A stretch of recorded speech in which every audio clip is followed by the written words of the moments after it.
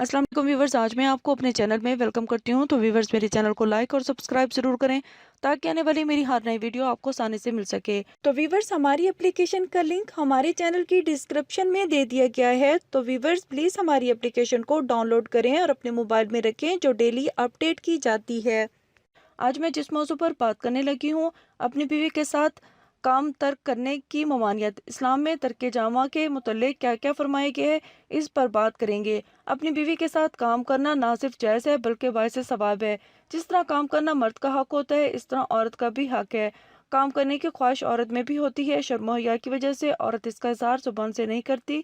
अगर मर्द को ये महसूस हो जाए कि औरत को तलब हो रही है तो उसे ज़रूर काम करना चाहिए। फुक़हा ने बिल्कुल तर्क काम को नाजायज़ और कभी कभी काम करने को ज़रूरी करार दिया है।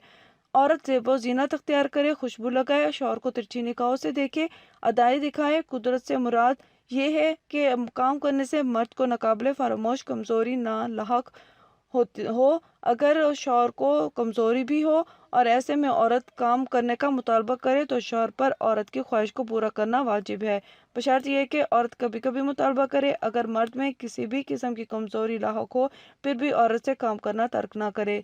कितने दिनों में औरत की ख्वाहिश पूरी करना ज़रूरी है। अगर मर्द किसी भी कमज़ोरी होने के बावजूद भी अपनी बीवी की ख्वाहिश पूरी करेगा तो उसका सवाब ज़रूर मिलेगा। बकौल हकीम बू अली सीना, जिस तरह कसरत काम करने में ख़राबी है, इसी तरह तर्क काम करने में भी नुकसानात हैं। जो लोग काम करना बीवी के साथ छोड़ देते हैं वो दर्द सर, आँखों की तारीकी, जिस्म का भारी होना जैसे अमराज में मुब्तला हो जाते हैं। तो व्यूवर्स, ये थी मेरी आज की वीडियो जो यकीनन आपको पसंद आई होगी। तो मुझे इजाज़त दें, नेक्स्ट वीडियो तक। अल्लाह हाफिज़।